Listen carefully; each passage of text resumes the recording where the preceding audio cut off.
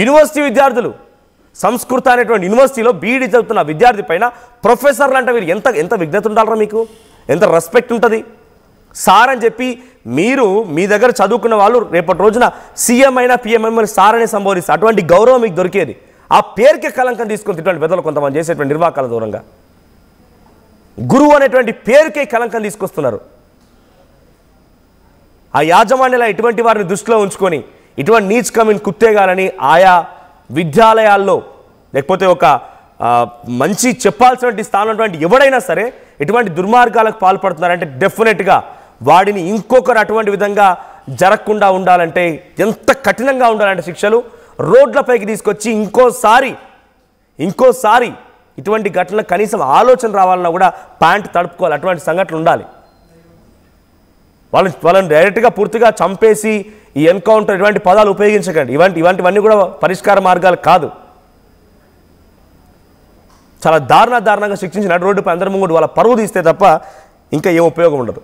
మా ప్రతినిధి సురేష్ ఉన్నారు. సురేష్, ఈ ఘటన పైన అక్కడ కాలేజీ యాజమాన్యం, వీసీ, పోలీసులు ఏం చెప్తున్నారు? ఆల్రెడీ ఒక ప్రొఫెసర్ దుర్మార్గానికి పాల్పడి ఆ అమ్మాయిని చాలా ఇబ్బందులకు గురి చేసి అబ్బాయిని పై లైంగిక దాడికి చేసి గర్భం దాల్చేలా చేశాడు.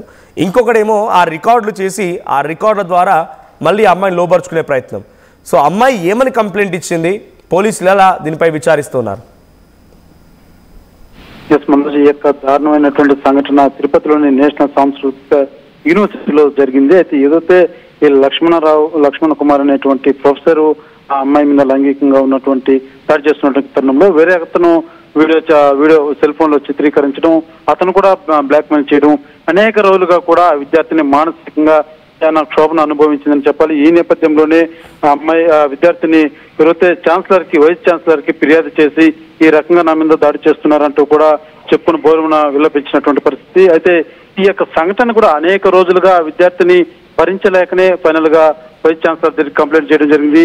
అయితే అమ్మాయి కంప్లైంట్ చేసిన తర్వాత వైస్ ఛాన్సలర్ మేము పోలీస్ స్టేషన్ లో తెలియజేస్తాం, మీకు న్యాయం చేస్తామని చెప్పినప్పటికీ ఆ అమ్మాయి నేను ఇక్కడ ఉండలేనంటూ కూడా ఒరిస్సాకు చెందినటువంటి విద్యార్థిని తిరిగి ఆ తల్లిదండ్రులతో పాటు ఒరిస్సాకి వెళ్ళిపోయినటువంటి పరిస్థితి కూడా ఉంది. అయితే దీనికి సంబంధించి వెస్ట్ పోలీస్ స్టేషన్ లో కేసు వైస్ ఛాన్సలర్ నమోదు చేశారు.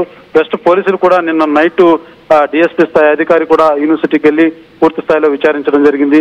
ఎవరైతే ఆ లక్ష్మణరావు ఉన్నటువంటి వీడియోని చిత్రీకరించినటువంటి శేఖర్ రెడ్డి అనేటువంటి మరొక ప్రొఫెసర్ ఉన్నారో అతనికి సంబంధించినటువంటి సెల్ ఫోన్ కానీ లేకపోతే అతనికి సంబంధించినటువంటి వివరాలన్నీ కూడా దర్యాప్తు చేసి కేసుతో కొనసాగిస్తున్నటువంటి పరిస్థితి ఉంది.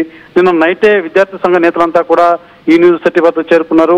ఒక ప్రొఫెసర్లే ఇలా చేస్తూ ఉంటే ఇది ఏం సమాజంలో, ఇలాంటి సమాజంలో విద్యార్థులు చదువుకోవాలంటే ఎలా జరగాలి, భయపడాల్సిన పరిస్థితులు ఏర్పడుతున్నాయి రోజుకంటూ కూడా తీవ్ర స్థాయిలో విద్యార్థి సంఘ నేతలంతా కూడా మండిపడుతున్నటువంటి పరిస్థితి ఉంది. గేట్లు ఇవాళ ఉదయం అయితే గేట్లు యూనివర్సిటీ అధికారులు క్లోజ్ చేస్తుంటే గేట్లు సైతం ఎక్కి నిరసన తెలియజేస్తున్నారు. మేము లోపలికి వెళ్ళాలి, ఆ విద్యార్థులకి న్యాయం చేయాలి, మిగిలినటువంటి విద్యార్థుల పట్ల వీళ్ళు ఏ రకంగా బిహేవ్ చేశారో మాకు తెలియాలంటూ కూడా విద్యార్థి సంఘ నేతలు అయితే పెద్ద ఎత్తున నిరసన కార్యక్రమం కూడా యూనివర్సిటీ వద్ద చేస్తున్నటువంటి పరిస్థితి ఉంది. ఈ కేసు సంబంధించి మాత్రం వెస్ట్ పోలీస్ స్టేషన్ లో మాత్రం కేసు నమోదైంది. పూర్తి స్థాయిలో దర్యాప్తు చేస్తున్నారు. ఎవరైతే ఆ శేఖర్ రెడ్డి అనేటువంటి వ్యక్తి ఆ వీడియోని తన సెల్ ఫోన్ లో చిత్రీకరించి ఇంకెవరికైనా వీడియో షేర్ చేశారా, ఈ రకంగా ఇంకెవరన్నా ఆ అమ్మాయి మీద ఆ విద్యార్థుల మీద ఆ వీడియోలు చూపించి బ్లాక్ మెయిల్ చేసినటువంటి పరిస్థితి ఉందా అన్న కోణంలో కూడా పోలీసులు పూర్తి స్థాయిలో దర్యాప్తుతో చేస్తున్నటువంటి పరిస్థితి ఉంది. మనోజ్, రైట్. అంటే లక్ష్మణ్ కుమార్ అండ్ శేఖర్ రెడ్డి ఇద్దరు ప్లాన్ ప్రకారంగా చేశారు ఇదంతా కూడా? వాస్తవానికి ఆ లక్ష్మణ్ కుమార్ అనేటువంటి వ్యక్తి చేసేది శేఖర్ రెడ్డి అన్ఎక్స్పెక్టెడ్ గా అతనికి సమాచారం కనుక్కొని అన్ఎక్స్పెక్టెడ్ గా వీడియో తీసినటువంటి పరిస్థితి. అతను వీడియో చిత్రీకరించేది లక్ష్మణ్ కుమార్ కు తెలియదు పూర్తిగా. అయితే ఆ వీడియో పెట్టుకొని అతను బెదిరించినటువంటి పరిస్థితి ఉందన్నది ప్రాథమికంగా మనకు అందుతున్నటువంటి సమాచారం. పూర్తిగా ఆ వీడియో ఆధారంగానే లక్ష్మణ్ కుమార్ కూడా బ్లాక్ మెయిల్ చేయడంతో అతను విషయం బయట పొక్కుతుందనే ఉద్దేశంతో అతను నోరు మెదపలేదు. అయితే ఆ వీడియోని అడ్డం పెట్టుకుని ఆ విద్యార్థిని పట్ల ఆ శేఖర్ రెడ్డి కూడా కారణంగా వ్యవహరించినటువంటి పరిస్థితి కూడా ఉంది. ఈ రకంగా ఇంకొకరికైనా ఇచ్చాడా ఆ వీడియోలు చూపించి మళ్ళా ఆ విద్యార్థిని ఏమన్నా మానసికంగా క్షోభకు గురి చేసేలాగా ఏమన్నా చేశారన్న కోణంలో కూడా విచారణ సాగుతున్నటువంటి పరిస్థితి. బట్ పోలీసుల ఫిర్యాదులో ఏం పేర్కొంది ఆ అమ్మాయి? సో పోలీసులు ఏ కోణాల్లో విచారిస్తున్నారు? సో ఇంకా ఈ వీడియోలు ఎవరికైనా షేర్ అయ్యా, వాళ్ళ ఫోన్ని స్వాధీనం చేసుకోవడం లేకపోతే ఇన్ఫర్మేషన్ ఇంకెవరికైనా తెలుసా? ఈ విషయాలపై ఏం చెప్తున్నారు? అంటే ఆ విద్యార్థిని ఈ జరిగినటువంటి సంఘటన పట్ల పూర్తి వైస్ ఛాన్సలర్ తెలియజేసిన తర్వాత నేను ఇక్కడ ఉండలేనంటూ కూడా ఆ అమ్మాయి ఆ విద్యార్థిని ఒరిస్సా చెందినటువంటి విద్యార్థినిగా తెలుస్తుంది. తిరిగి ఆ అమ్మాయి వెళ్ళిపోయినటువంటి పరిస్థితి ఉంది. అయితే పోలీస్ స్టేషన్ లో ఆ అమ్మాయి కంప్లైంట్ ఇవ్వలేదు. పోలీస్ స్టేషన్ కి ఆ అమ్మాయి వెళ్ళలేదన్నది, ఆ విద్యార్థిని వెళ్ళలేదన్నది మనకున్నటువంటి సమాచారం. కేవలం వైస్ ఛాన్సలర్ ద్వారానే కంప్లైంట్ కూడా తీసుకున్నట్టుగా కూడా తెలుస్తుంది. అయితే ఈ కేసు సంబంధించి అంటే ఎలాంటి సెక్షన్లు పెట్టారు, లేకపోతే ఆ వీడియోలు ఇంకా ఎక్కడెక్కడ షేర్ అయ్యాయి, శేఖర్ రెడ్డి నుంచి ఇంకెవరికైనా చేశారా, లేకపోతే లక్ష్మణ్ కుమార్ కూడా వీడియోలు ఏమైనా చిత్రీకరించి ఫోన్ లో పెట్టుకున్నాడా, అతను ఎవరికైనా పంపించాడన్న కోణంలో పోలీసులు మాత్రం చాలా క్లుప్తంగా దర్యాప్తు సాగిస్తున్నటువంటి పరిస్థితి ఉంది. Right, thank you Suresh. So మొత్తంగా వేరే రాష్ట్రానికి సంబంధించిన అమ్మాయి, ఆమె ఒరిస్సా రాష్ట్రానికి సంబంధించిన అమ్మాయి ఇక్కడికి వచ్చి బీఈడి చదువుతోంది. అదొక యూనివర్సిటీ, నేషనల్, మీరు చూడండి అక్కడ బోర్డులో కూడా నేషనల్ సాంస్క్రిట్ యూనివర్సిటీ అని చెప్పి ఉంది, సెంట్రల్ యూనివర్సిటీ. ఆ యూనివర్సిటీలో బీఈడి చదువుతున్నటువంటి ఒక అమ్మాయి వేరే రాష్ట్రం నుంచి వచ్చి, చూడండి వాళ్ళ తల్లిదండ్రులు అక్కడ ఎంత కష్టపడి చెమటోర్చి సంపాదించి ఆ అమ్మాయిని ఇక్కడ చదివిస్తున్నారు. వేరే రాష్ట్రమైనా సరే అమ్మాయి చదువుకొని బాగుపడితే మాకు ముఖ్యమైన రకంగా ఆ తల్లిదండ్రులు ఆలోచించుంటారు. కానీ వీడికి మాత్రం ఆ అమ్మాయి ఒక ఆట బొమ్మగా, ఒక టాయ్గా మారిపోయింది. ఒక టాయ్గా మారిపోయి ఆ అమ్మాయిని పలుమార్లు ఈ రకంగా ఇబ్బందుల గురి చేసి అమ్మాయి గర్భం దాల్చిన తర్వాత ఆ తర్వాత ఇంకొకటి వీడియో రికార్డ్ చేస్తారంటే ఎంత దుర్మార్గం రా నాయకుడు, నాకు అర్థం కాదు. ఇటువంటి వాళ్ళు ఉండాల్సింది జైల్లో కదా. వీళ్ళు విద్యాలయాల్లో వీళ్ళకేం పని? చదువు చెప్పేటువంటి చదువులా వీళ్ళు అటువంటి మనుషులా వీళ్ళు?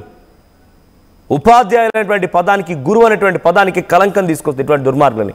ఇటువంటి వారిని ఎలా శిక్షిస్తే బాగుంటుందో మీరు కామెంట్ చేయండి. ఇటువంటి సంఘటనలు ఇంకా మరీ పునరావృతం కాకూడదంటే, ఏదో తాగిన మైకంలో ఇంకొకటి చేశాడు అంటే ఇవన్నీ కూడా తప్పే, వాళ్ళని కూడా శిక్షించాల్సిందే. కానీ చదువు చెప్పాల్సిన చోట ఇది మంచి, ఇది చెడు, ఇలా చేస్తే ఇలా ఉంటుంది, ఇలా చేస్తే ఇలా ఉంటుంది, భవిష్యత్తు ఇలా ఉండాలి, మీ తల్లిదండ్రుల బాధలు ఇది చదువుకోండి నాయన అని చెప్పాల్సిన చోట కూడా ఇటువంటి దుర్మార్గాలు చూడాల్సి వస్తుందనంటే, నడి రోడ్డు పైన వీళ్ళు ఏ చూసుకొని మేము మగవాళ్ళమని చెప్పి అనుకుంటున్నారో, నడి రోడ్డు పైన అటువంటి దాన్ని వాళ్ళని శిక్షించి నడి రోడ్డు పైన వీళ్ళకి గుండ్లు కొట్టించి చెప్పులు మెడలో వేసి గాడిద మీద ఊరేగించాలి. వీళ్ళ పరువు తీయాలంటే బతుకుండగానే చచ్చిన శవాలుగా మార్చాలి వీళ్ళని. ప్రస్తుతానికి గురువు అనేటువంటి పదానికి ఇంత దారుణమైన నిర్వాకమా? అదొక యూనివర్సిటీలో విద్యార్థులు ఎలా ఉంటారు, వాళ్ళు చదువుకునే చదువులేంటి, ఎక్కడైనా సరే 10వ తరగతి విద్యార్థి మీద ఒకడు, 7వ తరగతి చదువుకునే అమ్మాయి మీద ఒకడు.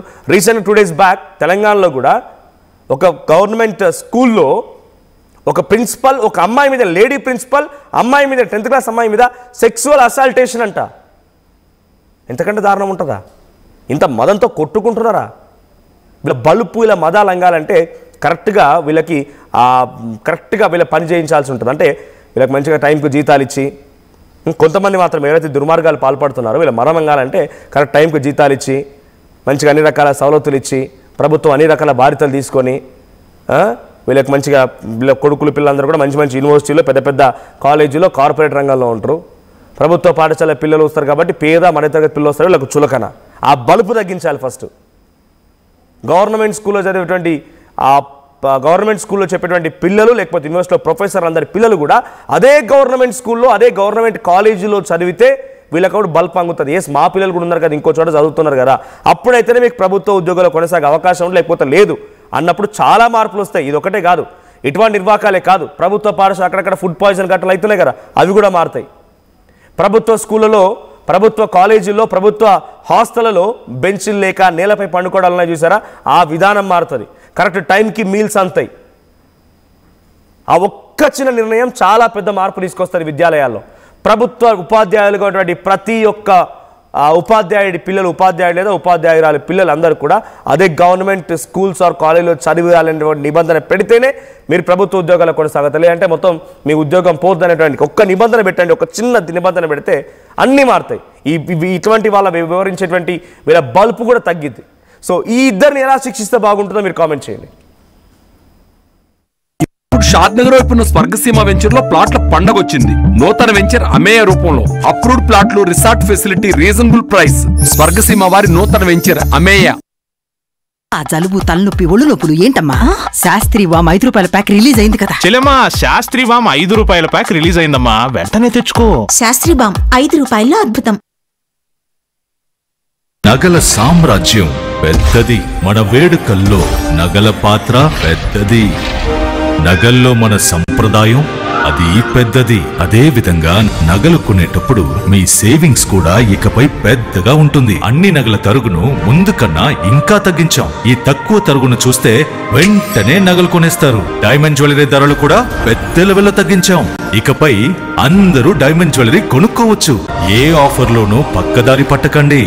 ఇక్కడికొచ్చి కంపేర్ చేస్తేనే తెలుస్తుంది మీకు ఎంత పెద్దగా డబ్బులు ఆదా అవుతుందో అని. ఆ తరుగు కన్నా ఎక్కువ ఇస్తే మీరు కష్టపడి సంపాదించిన డబ్బు వృధా చేసినట్టే.